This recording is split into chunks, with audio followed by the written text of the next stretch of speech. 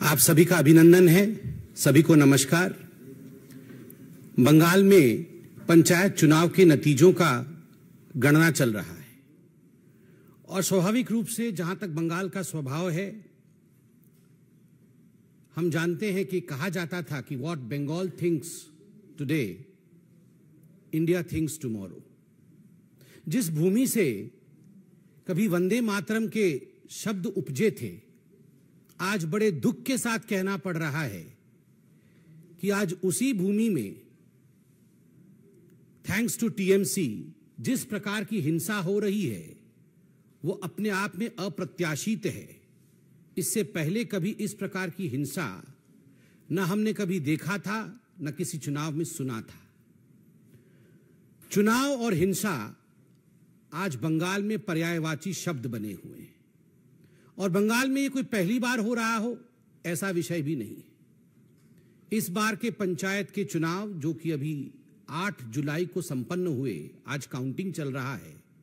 आज अखबारों में हर जगह ये खबर छपी है कि लगभग 45 लोग आज तक, जब से नॉमिनेशन आरंभ हुआ है और काउंटिंग अभी चल रहा है, लगभग 45 लोगों की हत्या की जा चुकी है।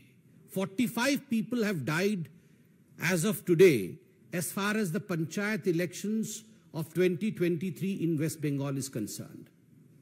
आप याद करिए, इससे पहले के असेंबली चुनाव 2021 में लगभग 52 लोगों की, 52 लोगों की हत्या हुई थी। 52 people had died in the assembly elections during Bengal. 2018 के पंचायत के चुनाव में 23 लोगों की हत्या हुई थी, चुनावी हत्या। और उससे पहले 2013 के बंगाल के पंचायत के चुनाव में 15 लोगों की हत्या हुई थी। 2013 में 15 लोग, 2018 में 23 लोग और 2023 जो वर्तमान का पंचायत चुनाव चल रहा है उसमें 45 लोगों की हत्या। उत्तरोत्तर दिन प्रतिदिन लोकतंत्र किस प्रकार दम तोड़ रहा है बंगाल में, यह आपके सामने पेश है, संख्यावत पेश है। बंधुगण, केवल हत्याएं नहीं, आप अगर अखबार पढ़ेंगे तो जिन शब्दों का प्रयोग सर्वाधिक किया गया है बंगाल के पंचायत के चुनावों को लेकर, वो शब्द है फायरिंग, गोलीबारी, बॉम्बिंग, बमबारी, बोगस वोटिंग, रिगिंग, मतपेटियों का जलाना, मतपेटियों को फेंकना। कोई तालाब में फेंक रहा है मतपेटियों को, तो कोई वोट रिगिंग करके किस प्रकार से जीता जा सकता है, टीएमसी उस प्रयत्न में, उस यत्न में लगी है। जिस डेमोक्रेसी में, जिस लोकतंत्र में फायरिंग, बॉम्बिंग, हत्या, रिगिंग ऐसे शब्दों का प्रयोग होता है, उस लोकतंत्र का क्या वजूद है, आप जरा सोच के देखिए। बंधुगण, आप सभी जानते हैं कि जहां तक भारतीय जनता पार्टी का सवाल है, हमने लगभग 6000 पोलिंग बूथों पे रीपोलिंग का डिमांड किया था। इस कदर एक बायसनेस के साथ ये पोलिंग हुई है।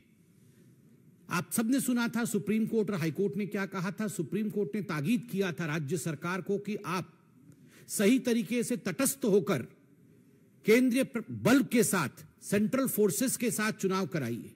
सेंट्रल फोर्सेस तो गई, मगर डिप्लॉयमेंट जो सेंट्रल फोर्सेस के हुए उनका ठीक तरह से डिप्लॉयमेंट राज्य की सरकार ने नहीं किया।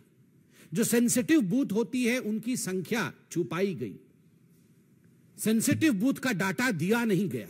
सेंट्रल फोर्सेस के होने के बावजूद 45 लोगों की हत्या, यह दिखाता है कि राज्य सरकार किस प्रकार से एक प्रायोजित रूप से इन हत्याओं को अंजाम दे रही थी। यह एक स्टेट स्पॉन्सर्ड मर्डर है। ये जितने लोग मारे गए हैं यह प्रायोजित है। This is not accidental, this is state sponsored murder of democracy in West Bengal. और केवल राजनीतिक पार्टी ही स्पॉन्सर कर रही है ऐसा नहीं है। इंस्टीट्यूशनलाइजेशन, संस्थागत मर्डर है, अर्थात इसमें पुलिस प्रशासन से लेकर जो डिस्ट्रिक्ट अधिकारी होते हैं और जो प्रशासनिक अधिकारी होते हैं वह सब सम्मिलित हैं। एक तरह से सबके मिली भगत से ये स्टेट स्पॉन्सर्ड इंस्टीट्यूशनलाइज्ड मर्डर आज वेस्ट बंगाल में हो रहा है। आप सोच के देखिए, 21वीं शताब्दी में भारतवर्ष बैठा हुआ है। मैं भी सोशल मीडिया में हूं, आप भी सोशल मीडिया में हैं। आजकल कुछ छुपता नहीं। जब हम सोशल मीडिया और फेसबुक में देखते हैं एक के ऊपर एक लद करके डेड बॉडियों को ट्रक से या बस से उतारा जा रहा है और स्ट्रेचर्स में डाला जा रहा है, किसी के हाथ मुड़े हुए हैं, किसी के पांव मुड़े हुए हैं, और ये किसी एक्सीडेंट का सीन नहीं, ये कोई दुर्घटना का दृश्य नहीं, ये मर्डर है, ब्लेटेंट मर्डर। दिन दहाड़े हत्या की गई है केवल इसलिए क्योंकि आप टीएमसी को वोट नहीं कर रहे। और ये कोई केवल भारतीय जनता पार्टी के कार्यकर्ताओं का मर्डर नहीं है, इसमें कांग्रेसी भी हैं, इसमें कम्युनिस्ट पार्टी के लोग भी हैं, इसमें बाकी पार्टी के लोग भी हैं, ऐसे लोग भी हैं जिनका राजनीति से कोई लेना देना नहीं है, वो केवल वोटिंग करने जा रहे हैं। ऐसे लोगों की हत्या हुई है। जब इस प्रकार का दृश्य सोशल मीडिया और फेसबुक में हम देखते हैं तो मैं कई बार सोचता हूं कि अगर यही दृश्य कोई भाजपा शासित राज्य से आ रहा होता तो हाहाकार मच गया होता। ये सारे नेता, ये जो हाथ पकड़ पकड़ के कभी बेंगलुरु में खड़े होते हैं तो कभी किसी और राज्य में खड़े होते हैं, महागठबंधन का दृश्य दिखाते हैं। कहां है वे सारे नेता? कहां है लालू प्रसाद यादव? कहां है नीतीश जी? कहां है वो मोहब्बत की दुकान खोलने वाले राहुल गांधी? कहां है ये सारे महागठबंधन के नेता? एक के मुंह से एक शब्द नहीं निकला है, एक शब्द नहीं निकला है। राहुल जी कहां है आपका? आपकी मोहब्बत की दुकान का कोई जिक्र नहीं है। आप तो पूरे हिंदुस्तान में मोहब्बत की दुकान खोलना चाहते थे। मैं बताता हूं राहुल जी, आप आज मोहब्बत की दुकान के विषय में बात इसलिए नहीं कर रहे हैं क्योंकि आपके आकांक्षाओं का मेगा मॉल खुला हुआ है। The mega mall of your ambition. You want to become the ruler of this country by hook और बाय क्रुक। कैसे भी मैं सत्तासीन हो जाऊं, मैं सत्तारूढ़ हो जाऊं, और अगर हमारे लोग हत्या कर भी रहे हैं तो कोई बात नहीं है, वहां मोहब्बत की दुकान की आवश्यकता नहीं है। यह मोहब्बत की दुकान और मोहब्बत की दुकान की फरमान ये केवल उन्हीं जगह आवश्यक है जहां मोदी जी पे और भारतीय जनता पार्टी पे प्रहार किया जा सकता है। कोई बात नहीं अगर कांग्रेस का कार्यकर्ता भी टीएमसी के लोगों द्वारा उसकी हत्या कर दी जाए और कांग्रेस के नेता खुद बंगाल में कहे कि हमारे कार्यकर्ताओं की हत्या हुई है, उस पे भी राहुल गांधी और कांग्रेस के शीर्ष नेतृत्व की चुप्पी यह दर्शाता है कि इन लोगों का एम्बिशन कितना बड़ा है। यह लोग डेमोक्रेसी की हत्या होते हुए देख सकते हैं मगर अपने एम्बिशन की हत्या होते हुए, अपनी महत्वाकांक्षा को लूटते हुए नहीं देख सकते। मां, माटी और मानुष की बात करती थी ममता बनर्जी। मां आज बिलख रही है, रो रही है, माटी आज रक्त रंजित है, मानुष की आज हत्या हो चुकी है। और ममता जी माफ करिएगा अगर मैं कहूं कि निर्मम बंदोपाध्याय जी ये सब मूक दर्शक बन के देख रही है तो ये अतिशयोक्ति नहीं होगी, ये निर्ममता है, ये ममता नहीं है। ये डायमंड हार्बर मॉडल है। डायमंड हार्बर जहां से अभिषेक बनर्जी लड़ते हैं, उनकी कॉन्स्टिट्यूएंसी है भाईपुओं की, और जिस प्रकार से वहां दादागिरी की राजनीति चल रही है, वहां counting agent Bharatiya Janata party और दूसरे पार्टी के काउंटिंग एजेंटों को छोड़ा तक नहीं जा रहा है। ये चारों ओर बंगाल में ये चल रहा है। काउंटिंग एजेंट अगर टीएमसी का नहीं है तो 2 किलोमीटर पहले उसे रोका जाता है। जिस दिन नॉमिनेशन भरने जाता है किसी और पार्टी का कार्यकर्ता, पहले उसे मारा जाता है, डराया जाता है, धमकाया जाता है। फिर भी अगर नॉमिनेशन भर देता है तो उसके लोगों की हत्या की जाती है। फिर भी अगर इलेक्शन हो जाता है तो काउंटिंग डे के दिन काउंटिंग एजेंट को वहां घुसने नहीं दिया जाता है। रिगिंग करने की कोशिश होती है, बम फेंकने की कोशिश होती है, और उसके बाद भी अगर हो जाता है तो किस कदर वहां दंगा की जाती है कि आज हेमंत बिश्व शर्मा जी ने भी ट्वीट करके बताया है कि कई हजार लोग बंगाल छोड़ के आज शरण में हैं आसाम में। यह लोकतंत्र है, यह लोकतंत्र है ममता दी। ममता जी, आपको उत्तर देना होगा, क्या यह लोकतंत्र है कि एक राज्य के लोग चुनावी गणना के दिन राज्य छोड़ करके दूसरे राज्य में वो शरण लेते हैं? और यह पहली बार नहीं हो रहा है, असेंबली के चुनाव में भी ठीक इसी प्रकार हुआ था। बांग्लार गणतंत्र रक्त स्नात, এখানে ভোট হলে মানুষের প্রাণ চলে যায়, এখানে নিয়ম কানুনের কোনো বলয় নেই। মুখ্যমন্ত্রী নির্মম বন্দ্যোপাধ্যায় ও তার পরিষদদার সরকারি আইনকে ক্ষমতা টিকে থাকার মেশিনারি বানাইছেন। আমি এই ব্যবস্থার তীব্র নিন্দা করি। भारतीय जनता पार्टी इस पूरे व्यवस्था की जिस प्रकार से हिंसा हो रही है, जिस प्रकार से लोकतंत्र की हत्या हो रही है, उसकी तीव्र निंदा करती है। धन्यवाद।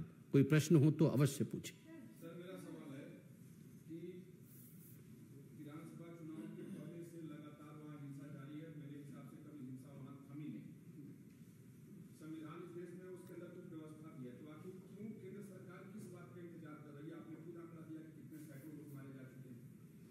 देखिए, जहां तक भारतीय जनता पार्टी का विषय है, मैं उसका विषय रखता हूं। केंद्र सरकार के विषय में सरकार के प्रवक्ता अपने विषय को अवश्य रखेंगे।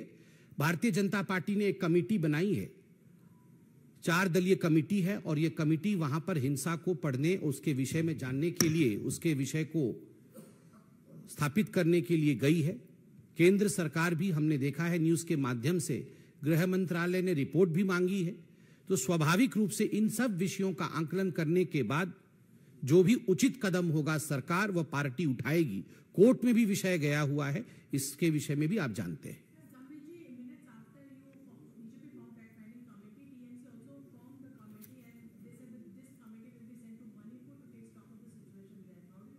So the answer of the Bengal government is whataboutery. वहां भी हुआ है तो यहां भी होगा, क्या ये उत्तर है?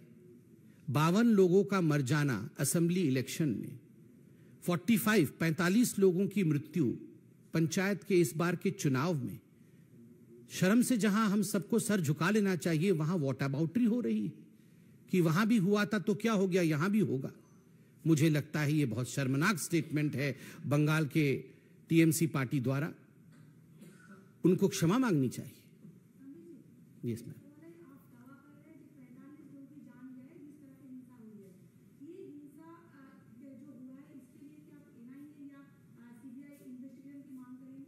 देखिए, मैं दावा नहीं कर रहा हूं कि 45 लोगों की हत्या हुई है। आज सारे अखबारों में 42+3 ये संख्या छपी है, और मैं मीडिया पे संपूर्ण विश्वास करता हूं कि जिस दिन से चुनाव घोषित हुए हैं आज तक 45 लोगों की जान गई है। मीडिया ने बहुत ही जिम्मेदारी के साथ छापा होगा, आंकड़ों के साथ छापा होगा।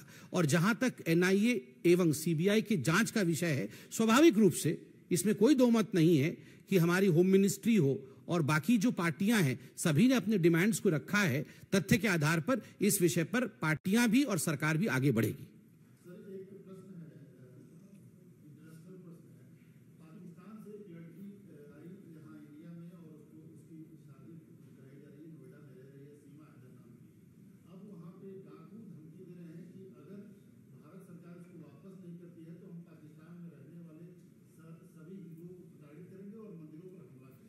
देखिए, मैंने इस न्यूज़ में इससे अनभिज्ञ हूं अभी। मुझे लगता है पूरी जानकारी के बाद ही मुझे इस पे कमेंट करना चाहिए।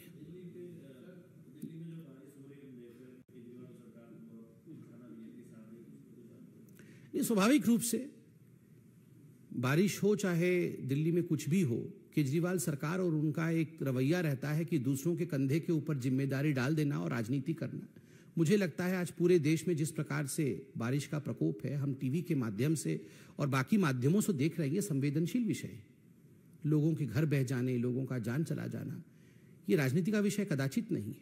सभी सरकारें, चाहे किसी भी पार्टी की हो, एकजुट होकर इस पर काम करना चाहिए। जिस प्रकार की ओछी राजनीति मैं देख रहा हूं, ट्विटर के माध्यम से भी कुछ लोग दोषारोपण करने का काम दिल्ली में बैठ के कर रहे हैं। मुझे लगता है कि जब चुनाव लड़ते हैं और कहते हैं कि जिम्मेदारी मेरी है, जब एडवर्टाइजमेंट पे करोड़ों खर्च करते हैं, तो जिम्मेदारी लेने पर भी तनिक सी जमीर खर्च करनी चाहिए। थोड़ा सा करोड़ों खर्च जब एडवर्टाइजमेंट में है, तो थोड़ा सा खर्च जमीर पे भी होना चाहिए।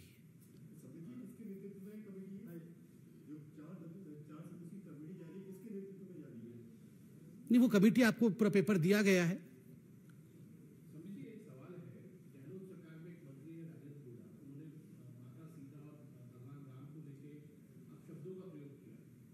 देखिए, बड़ा दुखद विषय है जिस प्रकार के शब्दों का प्रयोग राजेंद्र जी, जो कि मंत्री हैं गहलोत जी की सरकार में राजस्थान में, उन्होंने मां सीता के लिए और भगवान राम के लिए किया है, ये अपने आप में बहुत चिंताजनक विषय है। मैं तो उन शब्दों का दोबारा यहां प्रयोग नहीं कर सकता हूं, बहुत ही निंदनीय शब्द है। मगर ये कांग्रेस के लिए कोई नई बात नहीं है। जिस पार्टी की अध्यक्षा, पूर्व अध्यक्षा आदरणीय सोनिया जी का मानना है कि भगवान राम का अस्तित्व ही नहीं है, भगवान राम काल्पनिक है, और इस पे उन्होंने सुप्रीम कोर्ट में एफिडेविट दिया, तो स्वाभाविक रूप से मां सीता के विषय में इस प्रकार की अभद्र टिप्पणी करना, तो वो उनके स्वभाव में, उन्होंने अपने स्वभावगत आचरण किया है जो कि निंदनीय है। धन्यवाद।